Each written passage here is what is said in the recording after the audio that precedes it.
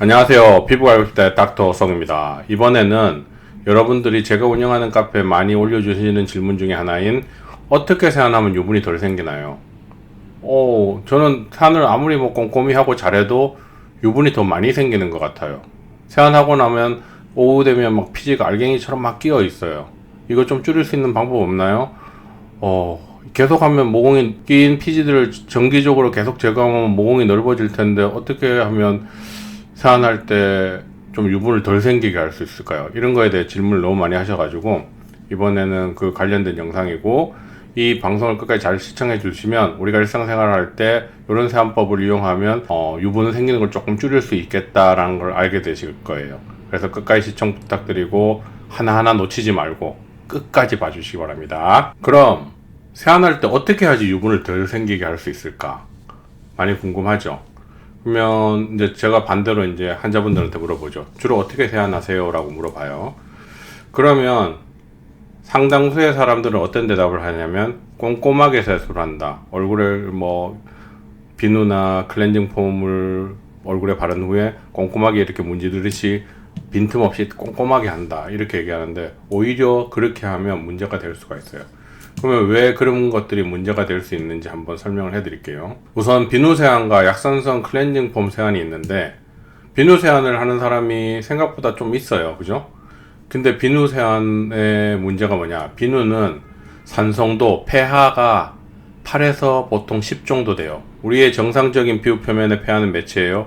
5.0에서 5.5가 정상적인 pH를 이루고 있는데, pH가 8에서 10까지 올라가는 강알칼리 제품의 세안제를 쓰면 장점은 뭐냐? 세정이 잘 되는 메리트가 있지만 문제가 뭐예요? 각질층을 손상시키고 피부 표면을 손상시켜요.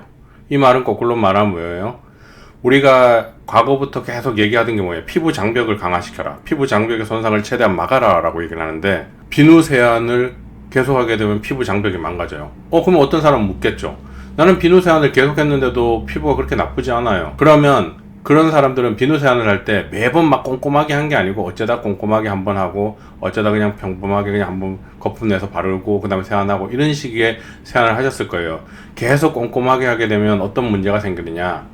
피부 장벽은 흔히 말하는 우리가 각질층이에요. 코네오사이트라고 하는 각질 세포가 있고, 그 사이에 이렇게 어떤 볼트나 너트 같이 이렇게 딱 조임새 역할을 해주는 교소체라고 하는 코네오데스모좀이라는 것들이 있어요. 그리고 이 사이에 각질층을 잡아주는 시멘트 같은 것들이 뭐냐면 지질막이에요. 이 세 가지가 일반적으로 말하는 피부 장벽인데, 이런 비누 세안을 하거나 이렇게 되면 문제가 어떻게 되냐면 이 각질층이 다 날아가게 되는 거예요. 그러면 보습이 돼야 되는데 각질층 하나가 이 각질층이 다 날아가게 되니까 어떤 문제가 생겨요? 보습이 안 되겠죠. 그러면 유분의 배출이 미친 듯이 늘어요. 확 늘어가지고 건조해지는 걸 최대한 스스로 보호하려는 행동과 피부 표면이 알칼리화 되는 걸 최대한 막으려고 약산성 물질들인 유분 배출을 자꾸 늘리게 되는 거예요. 이해가 되시겠죠? 그래서 또 한쪽은 약산성 클렌징 폼을 하면 당연히 어떻게 돼요? 이 각질층, 피부 장벽이 덜 망가지게 돼 있어요. 그러니까 이 두 개를 놓고 봤을 때 비누 세안 같이 강알칼리 제품을 쓰는 것과 약산성 클렌징 폼을 쓰는 것 중에서 어느 게 피부를 덜 손상시키냐라고 묻는다면 당연히 약산성 클렌징 폼으로 세안을 하는 게 각질층, 피부 장벽을 덜 손상시키게 돼 있어요. 그러면 이런 걸 어떻게 실험할 수 있느냐면, 한쪽 볼은 비누 세안을 하고요, 한쪽 볼은 약산성 클렌징 폼으로 세안을 한 후에 저녁에 집에 와서 양쪽의 유분감을 체크해 보시면 비누 세안을 한 쪽은 완전 기름이 떡지듯이 유분이 많아요. 꼭 한번 해보세요. 한 3, 4일만 해보면 확 차이가 나요. 약산성 클렌징 폼 쓴 쪽의 피부와 비누 쪽을 쓴 피부는 너무 편차가 커져요. 손상이 많이 된다는 얘기죠. 그러면 또 한 가지는 어떻게 또 잘 모르겠다 싶으면 또 이렇게 하시면 돼요. 한 일주일 정도는 비누 세안만 하는 거예요. 대신 비누 세안을 쓸 때와 약산성 클렌징 폼을 쓸 때가 비슷한 온도와 비슷한 습도를 유지하고 있어야지 약간 비교가 되겠죠. 비누 세안을 했을 때는 완전히 기름이 떡지듯이 변하고 뭔가 계속 불편해요. 물론 세안을 할 때는 뽀득뽀득 소리가 나고 기름이 쏙 빠진 느낌이 들어서 되게 기분이 좋지만, 오후에 되면 너무 유분이 많아져서 막 피지가 알갱이가 되고 이제 문제가 생기기 시작하는 거예요. 반대로 약산성 클렌징 폼을 사용하게 되면 그런 문제가 안 생겨요. 근데 약산성 클렌징 폼은 세정 능력이 조금 떨어져서 만약에 약산성 클렌징 폼을 계속 쓰는데 얼굴에 모낭염이나 여드름 같은 게 좀 많이 난다라고 생각하면 어쩌다가 한번 피부 세안을 해줘서 세정 능력을 한번 올렸다가 균을 죽이고 다시 약산성 클렌징 폼으로 돌아가는 방법도 나쁘지 않아요. 그렇게 되면 피부에 불필요한 균들이 많이 죽었을 거고 피부 손상을 최소화시킬 테니까 이해되시겠죠? 그리고 어떤 분들은 반복되는 기름 종이를 사용하고 계신데요. 세안을 하고 아니면 오후에 와서 아니면 근무 중에 수시로 기름 종이를 사용하는데 이게 문제가 뭐냐면 우리가 유분이 배출되는 거는 피부 안에 보습을 유지하려고 기름막을 형성하는 거고, 그 다음에 피부 표면이 약산성 pH 5.0에서 5.5를 유지하도록 잘 유지되도록 스스로 이렇게 유분감을 조절하는데, 이걸 기름 종이로 자꾸 닦아내게 되면 어떤 문제가 생기냐, 자기 피부에 대한 공격으로 받아들여요. 내가 산성도 pH를 5.0에서 5.5로 맞추려고 노력하는데 자꾸 닦아내네? 그럼 알칼리로 변하란 말이야? 그러면 나는 유분을 더 뿜어내면 되지? 라고 해서 유분을 자꾸 더 뿜어내요. 그러면 기름 종이를 사용하면 유분감이 확 늘어나게 돼요. 물론 닦아내는 순간만은 줄게 되겠죠. 그래서 이런 세안을 하거나 어떤 관리를 할 때 기름 종이를 많이 사용하는 것은 결국 장기적으로 볼 때 유분의 배출을 더 늘리는 방법 중에 하나이기 때문에 그렇게 권해주고 싶지 않은 방법이에요. 그 다음에 클렌징 오일을 반복적으로 사용하는 세안법. 이건 어떤 문제가 있을까? 제가 옆에 버터 녹이기라고 써 있는데 이게 무슨 말이냐면 우리 피부에 있는 유분이라든지 피지를 지방 덩어리라고 생각을 하는 거예요. 지방의 대표적인 게 뭐예요? 버터잖아요. 그러면 그 버터 두 덩어리를 들고 한쪽은 물을 담아 놓은 데다가 버터를 담그고 한쪽은 올리브 오일이라든지 다른 오일류 계통의 어떤 그 통에다가 담궈 놓으면 어떤 문제가 생기냐?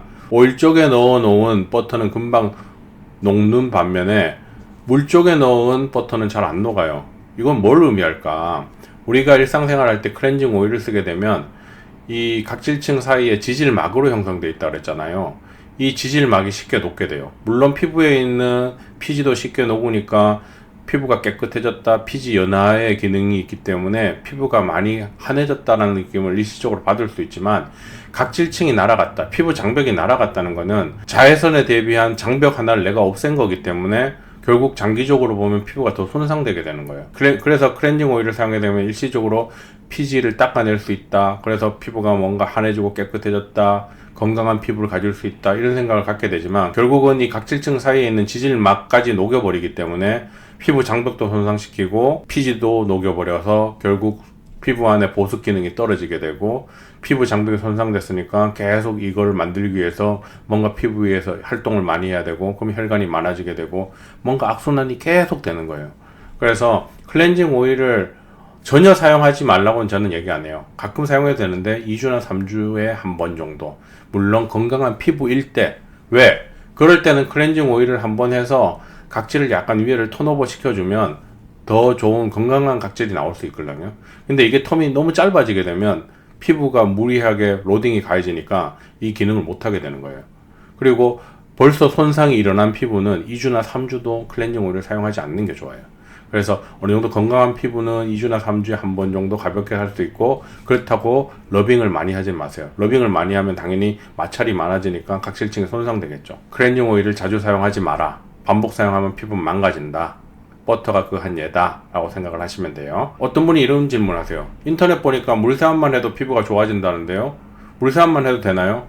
제 의견은 물세안만 해도 큰 문제가 되지 않아요. 물세안만 해도 피부에 건강했는데 문제가 안 되는데, 물세안만 해서는 안 되는 경우가 있어요. 물세안만 해서는 안 되는 경우가 어떤 거냐면, 물세안을 하고 나서 얼굴에 모낭염이나 여드름이 반복해서 생기는 사람들은 반드시 알칼리 제품의 비누로 한두 번 세안을 해야 되고, 아니면 약산성 클렌징 폼으로 어느 정도 피부가 안정될 때까지는 해줘야 돼요.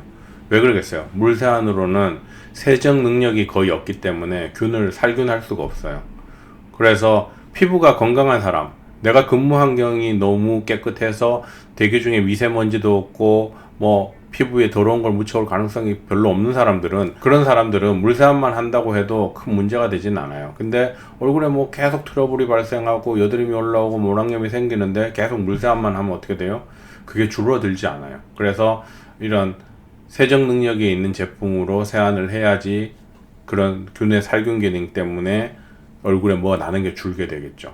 그래서 어떤 자기가 처한 환경에 따라 물 세안만 해도 된다 안 된다가 결정된다라고 생각을 하시면 돼요. 지금 내용들은 뭐예요? 근본적으로 피부 장벽을 손상시키지 마라. 그러면 결국 유분감을 더 늘린다. 유분을 더 많이 배출시킨다. 피부 표면의 정상인 산도 뭐예요? pH 5.0에서 5.5를 유지할 수 있도록 뭔가 최선을 다해라. 그리고 얼굴에 자꾸 자극을 주거나 마찰을 하거나 러빙 같은 행동을 해서 장벽이 손상시키는 행동을 가급적 하지 마라. 그러면 피부에서 유분이 계속 배출되는 양이 줄어들 거예요. 이렇게 주의해야 될 걸 어느 정도 다 주의를 하시면 일하다가 오후에 퇴근하셔서도 얼굴에 유분감이 그렇게 많지가 않아요. 살짝 있는 정도일 거예요. 한번 따라서 해보시면 제 말이 정말이네 라고 하고 아마 느끼실 거예요. 왜? 제가 본원에 오는 환자분들한테 이런 말을 많이 해드려가지고 따라 했더니 유분이 많이 줄었다라고 얘기를 하세요. 그래서 이런 어떤 생활의 팁 좀 알려드리는 거니까 한번 따라 해보시면 유분이 너무 많아서 스트레스 받는 분들은 조금 스트레스가 줄지 않을까 하는 생각이 듭니다. 예, 이번에도 끝까지 시청해 주셔서 감사드리고 다음에는 더 재미난 주제, 생활에 도움이 되는 주제로 찾아뵙도록 하겠습니다. 감사드립니다.